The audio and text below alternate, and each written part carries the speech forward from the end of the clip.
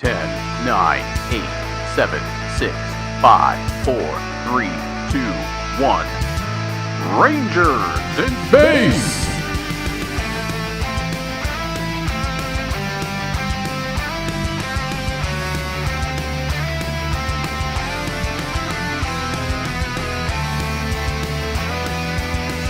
Hello everyone and welcome back to another video. I'm Mr. Blast and today we are taking a look at the third and final Zord Ascension project collectible in that line, the Astro Megazord from Power Rangers in Space. We're going to go over its articulation, its transformation, as well as any and all accessories that this guy comes with. And he comes with a few. I really like this Megazord. There's a few things that kind of irk me about it, but it's pretty awesome overall. I don't have an original toy, so this is the closest thing that I've ever gotten to anything from Power Rangers in Space. But I really like the way this guy looks. He's got a lot of really cool features and little things about it you'll find as you kind of dig into the toy itself. And yeah, let's just take a look at it and find out if it's something that maybe you should add to your Power Rangers collection.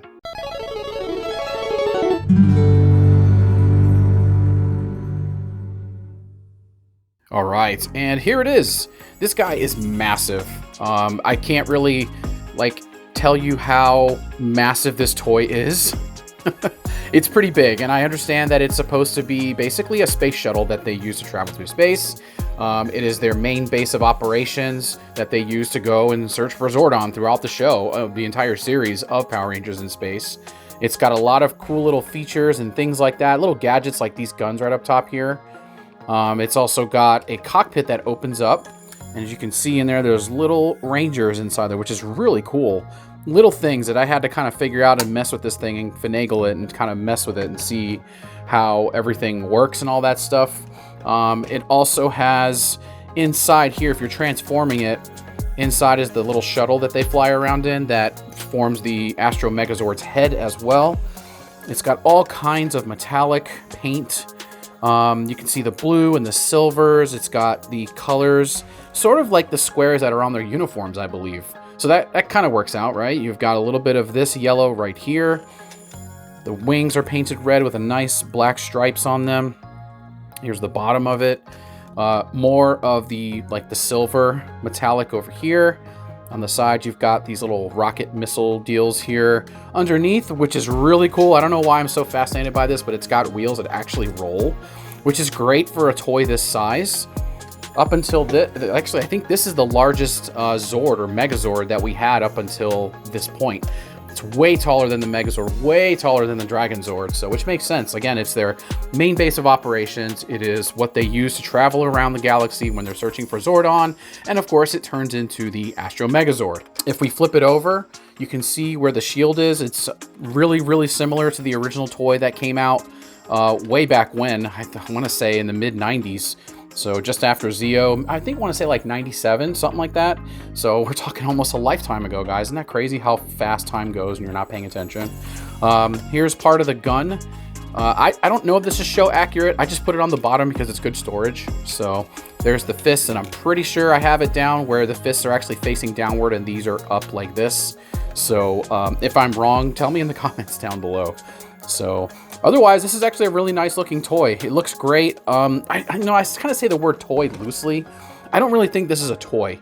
This is something that you pose it or you leave it in the shuttle mode and you just put it on your shelf and dust it off whenever you want to mess with it. But I don't think this is something you should be buying for your kids because it's kind of expensive at this point.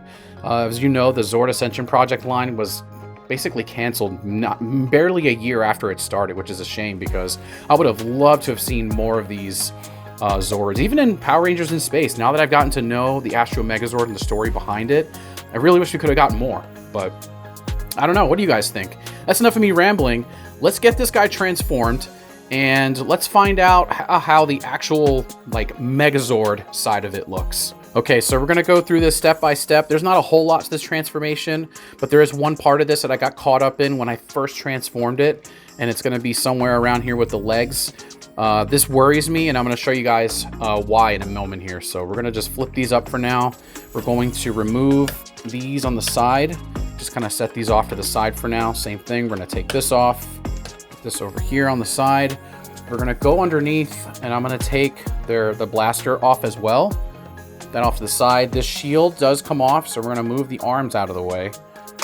We're gonna get this off the bottom. This actually holds on pretty securely too, so put that off to the side.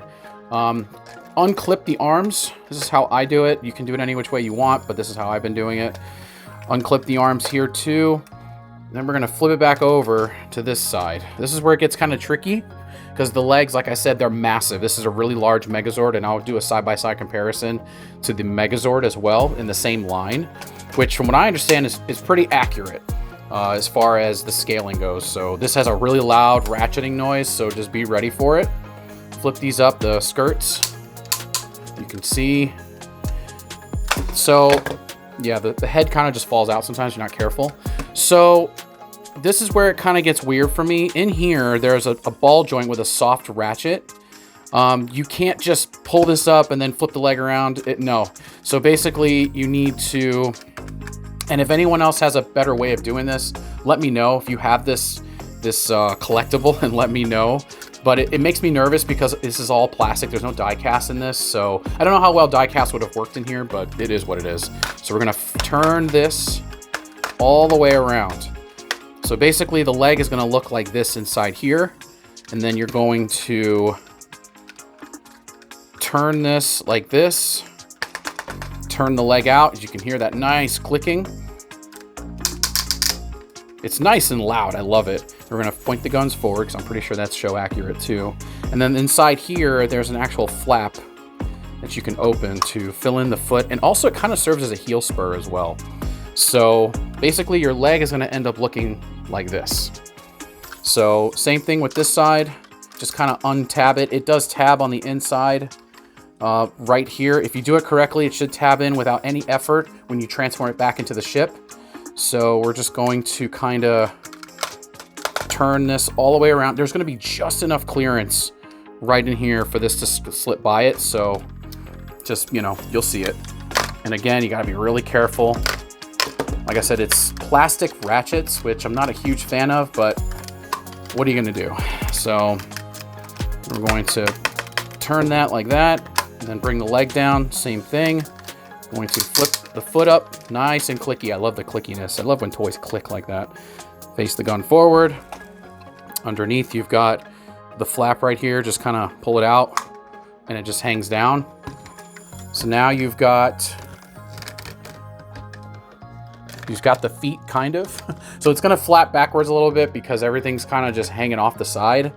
Let's readjust the camera, and then I'm going to show you guys the rest of this transformation. Okay, so now we have the top half of this right here. And as you can see, now we can bring these hip skirts down. Flip these back. So we're going to turn this around, and the arms are just kind of collapse on themselves, and they lock in. So we do the same for the other side. It should go right in here. I don't know if you guys can see that. There you go. So it's got that, and then this is going to go right in here, and it all collapses in. And just like the show, you can just take your hand. This is what I do anyway. And you can just do that. Flip the hand around. Same thing on this side. I find it easier just to kind of give it the old 1-2 smack. The smack it down.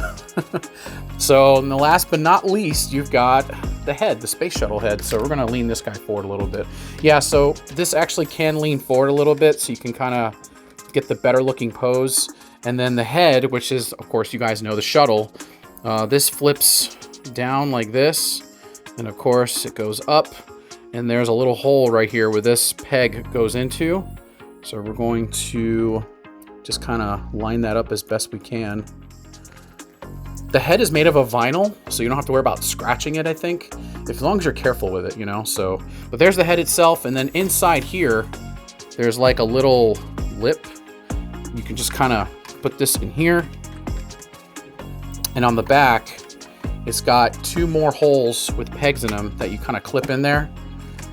And there it is. Let me just make sure I got that all put together. I'm going to set this guy back, lean it up just a little bit. The head can turn all the way around, as you can see. And he looks awesome. I like the way this guy looks. It definitely maintains that, once again, that guy in a suit look, which I'm okay with. I'm used to it by now with Power Ranger toys. Even the kind of the lower end ones where they've got, like the Dragon Zord and the Megazord, you can see it's a guy in a suit, of course. They change the hands out a lot. Usually when they're just, changing into it, it's just these giant fists. But when they're holding the sword, the other hand is just an actual hand, which I thought was pretty funny at the time. So let's zoom out just a little bit, okay? And then also we need to show the shield, which again is just like the show. It's actually really cool how they did this. The show showed the shield do this, and bam, you got yourself a full shield. There's a handle back here. There you go.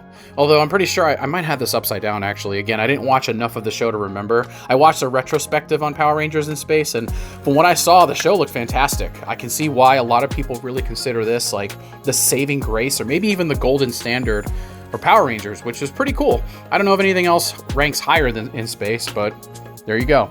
And now we've got the blaster here, which if you don't want to use it, you can just flip that down. You flip this forward, and you flip this down like this. And again, correct me if I'm wrong, I'm pretty sure this goes like this. And then you take the other one, kind of do the same thing. And there you go. There's his gun. We're going to put this off to the side for now. He does come with a couple of different sets of hands, as well as his sword, which is really awesome. This thing is huge. It looks very similar to the original sword that he had when it was a toy, or just the regular toy from way back. The only problem I have with mine is that you can see it's kind of bent, but that's just from being in the packaging for too long. But it does have some really nice bits of gold painted on there all around it. This, I don't know if it's the same type of like flake, like metallic flake they use on the Megazord sword, but I hope that this doesn't peel. Mine's got little pieces of the black paint or whatever this is flaking off on mine. But the paint on the sword looks really good, though. It's got a nice silvery flake to it. And yeah, it works really well. I mean, it's huge. You can see the size of the sword. It's way bigger than the original. And then, of course, he's got like some really cool action hands. These do take some finesse to get them on. These are on a ball joint, so you kind of have to really be careful when you pull the hands off. They might be able to take a little bit of abuse if you just, work these things into it. This is like a vinyl, so eventually this will stretch out enough. You can also heat them up with a hair dryer, hot water or whatever. But yeah, these look pretty cool. The tops are painted blue. It's a really nice blue that they use, just like the show. Maybe a little bit darker than what the original show Astro Megazord was. And then also the open, or like the partially closed hands as well. I can tell you right now, I had a hell of a time getting this sword in here. It takes a lot of force to get this in here, and you have to be really careful not to break the handle on this sword. So just be mindful of that. I think I actually did it in his other hand. Yeah. See, this one I worked it in, so now he can hold the sword just like that. Okay, so here he is with the shield in his hand, as well as the sword that it comes with. Let's see if I can adjust the camera up just enough. You can see the massive scale of that sword as well. Looks great. This guy is really imposing. He looks awesome on the shelf. Some of my biggest gripes are, I wish we had more. I wish we had more of these. I wish we had, the Delta Megazord and, what was it called? Mega Winger and stuff like that. That would have been awesome to have more of these types of Zords. Imagine a full collection of just massive scaled Megazords. I'm sure some of them wouldn't, I don't know if they'd be as big as the Astro Megazord, but it'd be really cool nonetheless. And as I promised, here is a scale to show you the size of him compared to the Dragon Zord, which makes perfect sense. I was telling myself earlier and looking at some notes and going, it makes sense that this guy is as big as he is, because this was essentially their command center, as well as the very vehicle they used to live in a lot, And also, it's what got them around the galaxy to look for Zordons, so they should have all the accommodations of having a Megazord as big as this guy. He's a spaceship. It's where they dwell and all that stuff like that. So it makes perfect sense. But yeah, there's the Dragon Zord next to it. There's not a whole lot of comparison because it's ginormous. So let's move Tommy's Zord out of here. Here he is with the Megazord, the actual Megazord from the same line, which, if I'm not mistaken, this does look like a pretty accurate representation of the height difference between the two, because once again, you've got Let's just pretend that, again, this is their command center. This is what they use to defend the Earth. This is what they use to defend outer space. And it's their command center. So it's going to be larger. And I think that's a really cool scale. I like how they did this. They could have just made this guy as big as him and then called it a day, but they didn't. They were trying to maybe go for some type of accuracy, because this is where he would look if he stood shoulder to shoulder. And there's a lot of room. There's at least a good 4 or 5 inches of space here between his Triceratops and the desk itself. It's really hard to film this guy because he's so large. And just for the heck of it, I'm going to show you guys what it looks like next to maybe like a 6-inch Gundam figure that I have. I have not reviewed this guy, so if you guys want to see a review of Wing Zero, please let me know. I actually have it here ready to go. I've been really on a Power Rangers kick, and I really just wanted to show off what these guys look like together. So, but yeah, if you want me to do a review on this, let me know down in the comments below. I don't think I have anything else to scale it with. So what do you guys think? Do you really think we should have gotten more of these Zords from the Zord Ascension project? I really think so. I think that we could have gotten some really cool, Zords out of this from all the other series. I mean, even Lost Galaxy apparently has got some really cool Zords. You can see his feet there. Don't mind the clips on the side there, guys. Like I said, this guy's massive. He doesn't have any ankle pivot. I should probably mention that. I really wish they could have worked in ankle pivot somehow on this. Unfortunately, he just doesn't have it. So, but he does stand up rather well as long as you can balance him out pretty well. This is not a kid's toy. This is definitely for the adult collectors, which is what we are, right? We're the adults now. We buy our own toys, damn it. So what did you guys think of the Zord Ascension project? Megazord, Dragon Zord, and now the Astro Megazord. I'm kind of sad that this line is gone, and this is the last review I'll be doing of these Zords in this project. I really wish we got more. So what do you guys think? Yes? No? Maybe so? I don't know.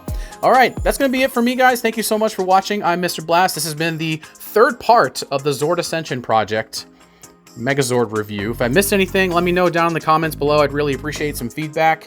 And if so, please hit that like, hit that thumbs up, subscribe if you haven't, and I will catch you guys on the next video. Maybe we'll do a Gundam. Maybe we'll do, I don't know, Marvels. Maybe something. I don't know. Let me know. Transformers. I got tons of stuff.